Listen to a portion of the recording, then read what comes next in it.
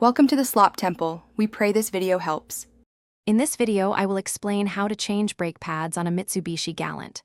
First, gather your essential tools, including a reliable jack, a lug wrench, and a C-clamp.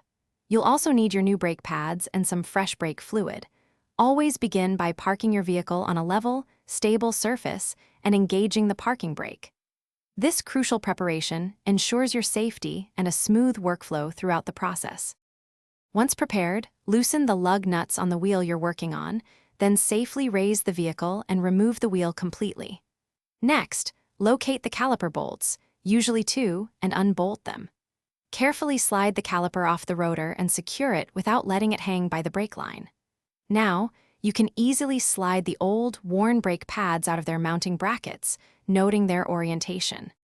With the old pads removed, it's time for the new ones. Use a C-clamp or a specialized piston compression tool to slowly and fully compress the caliper piston back into its housing. This creates space for the thicker new pads. Carefully install the new brake pads into the caliper bracket, ensuring they fit snugly. Finally, reattach the caliper, tightening the bolts to the manufacturer's specified torque for safety. After installing the new pads, reinstall the wheel, lower the vehicle, and securely tighten the lug nuts.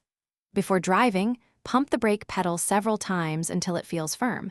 This resets the caliper piston and restores proper brake pressure. Always test your brakes at low speeds in a safe area first. Remember to check the description for a link to the new Kindle Paperwhite and other great deals. Enjoy your newly refreshed brakes. Thanks for watching. Consider subscribing if we helped you.